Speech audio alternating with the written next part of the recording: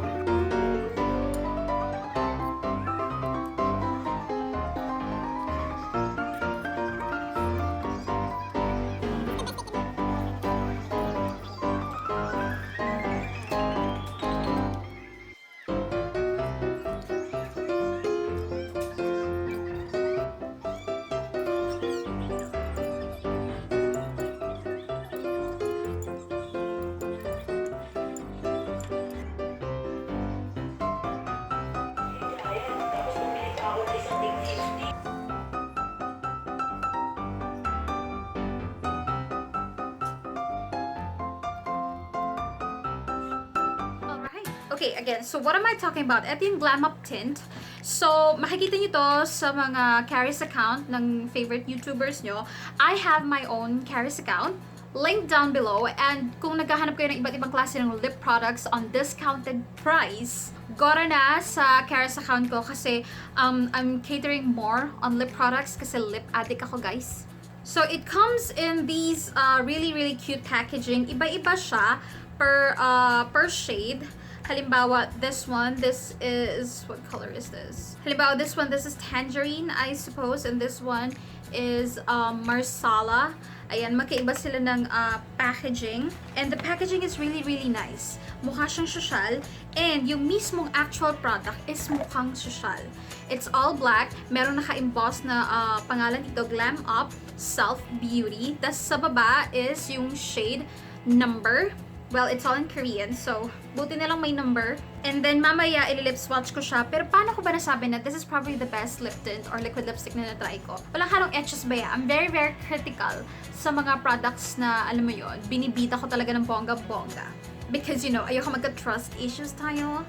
Pero paano ko ba nasabi na this is the best? Una sa lahat, nakita niyo naman sa wear test, it is so long-lasting. Like, legit long-lasting. And if it faded, it's gonna leave a tint. Depende sa dami ng nilagay mo, ganun ka-deep yung tint na maiiwan niya. Kung nag-iwan kayo ng just very light, alam mo yun, graded ombre effect, yung gitna lang, and then ni-spread nyo ng ganyan. Syempre, habang kumakain kayo, umiinom kayo, dumadata kayo, and all that, the more lighter yung iiwan yung tint. Pero pag in-apply mo siya ng full effect, gaya ng ginawa ko sa wear test, you are going to achieve a full effect lip tint. So this is a lip product na pwede mo talagang gamitin pang harabas. Alam mo yon, kung meron kang event, kung meron kang date, tapos, alam mo yon, ayaw mo na nag-retouch ka every now and then, go for this one. And kung ikaw yung tipo na pag nilagay mo na, ayaw mo nang masyadong bantayan, gusto mo cute ka the entire night, the entire day, eto yon. You can use this on its own, or you can use it beneath of a lip color or lip product para pag nag-fade yung upper layer, may iwan pa rin sa'yo na tint, na bonggang tint, at hindi lang yung parang just bitten na tint. And I really love these, you guys, because na-shock talaga ako dun sa wear test. Naalala niyo yung Althea Korea na lip tint?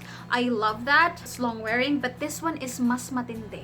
Like, this one is, pag ginamit mo na full pack this one is really long lasting without drying your lips. And juicy pa rin tignan yung lips mo, kahit na medyo dry or cracky yung lips mo. I think it's gonna cover up kasi meron siyang a little bit of gloss. Yung gloss, pag una mong in-apply, parang, lip gloss. But let it set for a few minutes or let it go for the entire day, mawawala din naman ang bongga-bongga yung gloss. It's not gonna be matte, but your lips is gonna be juicy. You know what I mean? Okay, so meron tayong 5 shades. Pag in-order nyo to, meron siyang number below. Doon yung malalaman yung shade, or doon nyo lang maintindihan anong shade. But I don't wanna go by the number 1, 2, 3 in order. Gusto ko siyang i-swatch from the lightest to the darkest para alam mo yun, hindi masyadong maapektuhan yung pagka-deep ng bawat shade. Kung unahin ko yung a shade na darker, tas lighter yung next. First shade is 04 Marsala. By the way guys, ito yung kanyang applicator. So slanted siya and meron siyang parang dent or butas sa gitna. It kind of looks like yung L'Oreal applicator, but it's like, you know, shorter.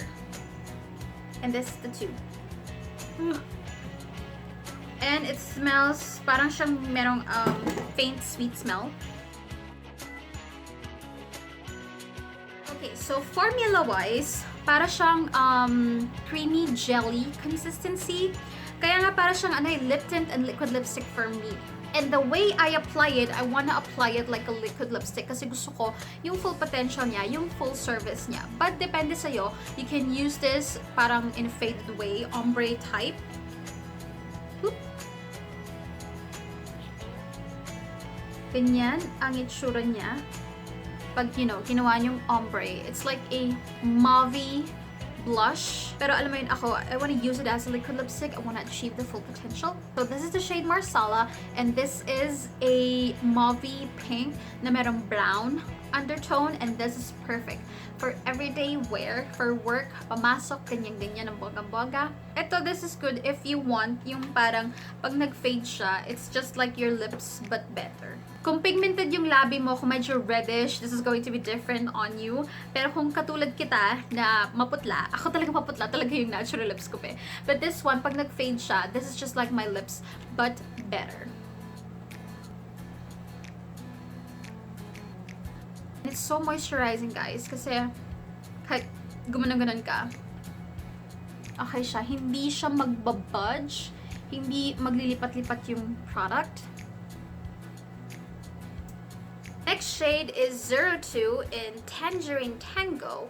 This one is so bright, you guys. Let me show you.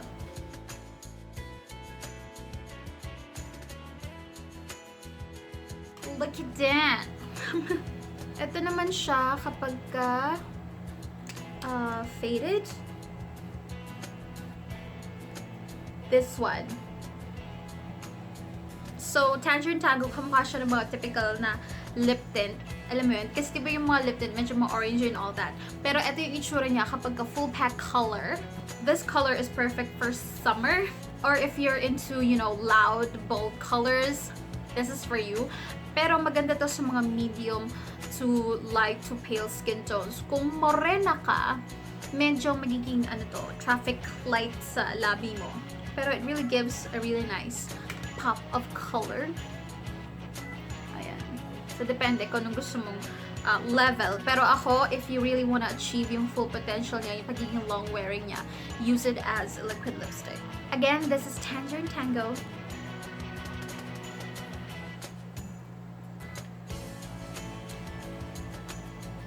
So I'm using a baby oil to take off the color. Next is 03 Strawberry Ice.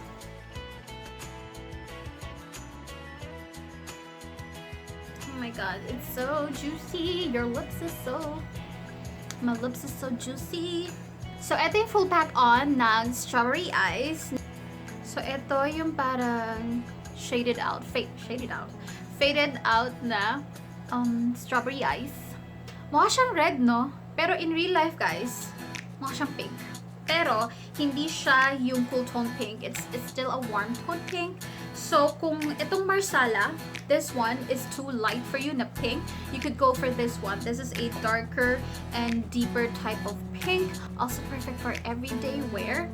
It guides in nighttime if you're into, you know, pink.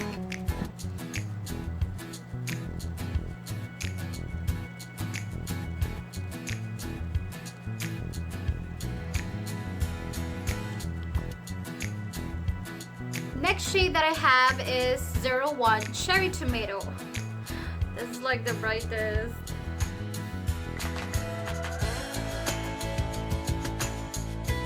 Oh my god. Alright guys, so this is the full pack color of Cherry Tomato. And it is red. Like bright red. Bright red na merong konting pop of, you know, bright pink. Ito siya. So this is Tangerine Orange. It's like a lighter, really orange. Pero etong si Cherry Tomato, it's like deeper and it's bright but it's deeper than dito sa Tangerine Orange. So this is the lighter pink, yung Marsala. And then etong Strawberry Ice is a deeper pink. Tangerine Orange is the lighter reddish orange. But yung Cherry Tomato is red. It's not really my favorite shade, pero you know, kanya-kanya naman tayo ng trip ng red. But this is not the type of red that I would wear every day or something like that. Pero it fades out really nice. Di ba sabi ko meron siya parang tint? Parang meron siyang hint of pink. And lalabas siya kapag ganyan swipe faded effect mo, ombre effect sa lips mo. So again, this is Cherry Tomato.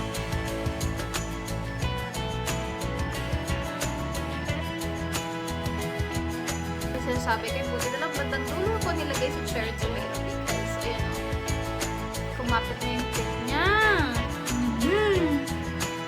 Save the darkest for last. So, kahit na merong tint ng Cherry Tomato, I think makikita niyo pa rin to. And this is number 05 Crimson. Look how dark.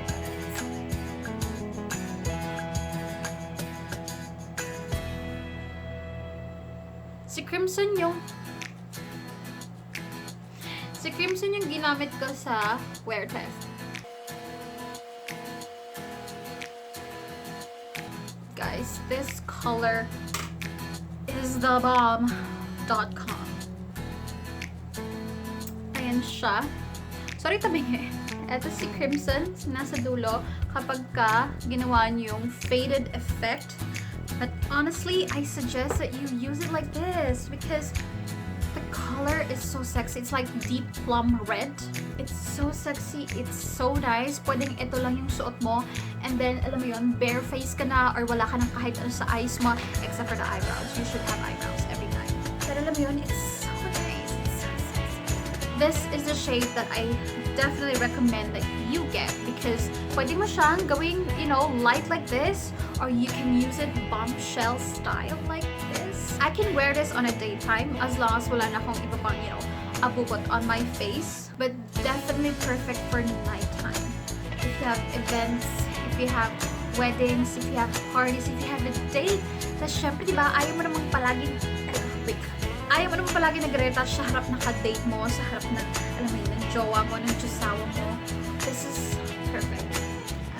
Let's talk about the price. Honestly, you guys, ang regular price niya, okay, masya ka. Wait lang. Ang regular price niya is $6.90. But if you go to my Caris account, kapag doon kayo bumili, you can get it for $600. I'm gonna put the link down below. 600 pesos, and I don't usually feature products na ganun kamahal, liquid lipsticks or lip tints na ganun kamahal. But you guys, I assure you, worth it talaga yung 600. Lalo na kung naghahanap ka ng lip tint or liquid lipstick na mga asahan nyo talaga. Longevity, yung pigmentation, and the moisture, worth it. For me, worth it yung 600. But you don't have to get all the colors. Honestly, hindi lahat ng colors nito napupusuan ko. Yun ang downside for me. What I suggest you guys is just pick the colors that you need. And honestly, pick the dark colors. Pagdating sa pink, Marsala, or strawberry eyes, go get the strawberry eyes. It's deeper. Pagdating naman sa mga reddy, orangey, tangerine orange, or cherry tomato, go get the cherry tomato. Pero definitely get this one, yung crimson. Okay, kahit wag niyo na kunin yung iba, kunin niyo lang itong crimson, this one. Because eto talaga, it really left a tint, a deep tint. Kahit na ano pang kainin ko, kahit ano pang inumin ko, mag-stay siya na ganyan. Hindi ako matatakot na magmumukhang maputla. And yung fading niya kasi is just like a lip tint. Hindi siya yung katulad ng liquid lipstick na nagka-crack sa gitna or sa gitna lang yung fading. It fades evenly. It fades naturally. It fades beautifully. Honestly, yun ang masasabi, guys. For now, as of now, this is the best lip tint and liquid lipstick that I've tried. Just because of the longevity of the pigment and the moisture that I was able to get. So, yung link ng product nito will be listed down below. Be sure to check out my Caris account. Marami pa akong mga lip products doon na, alam mo yun, i-feature soon. Isa-isa lang, guys. Unti-unti. And sana, meron tayong makita na, alam mo yun, singtibay nito or mas higit pa dito, but for, you know, a mas affordable price. Thank you so much for joining me and for watching until this point. Lahat ng social media accounts ko listed down below, and kung meron kayong video requests or mga reviews na gusto nyo gawin ko, comment in down below or mag-send kayo ng DM sa Instagrammable ko. Thank you so much for watching, guys, and we'll see you in my next one. Bye-bye!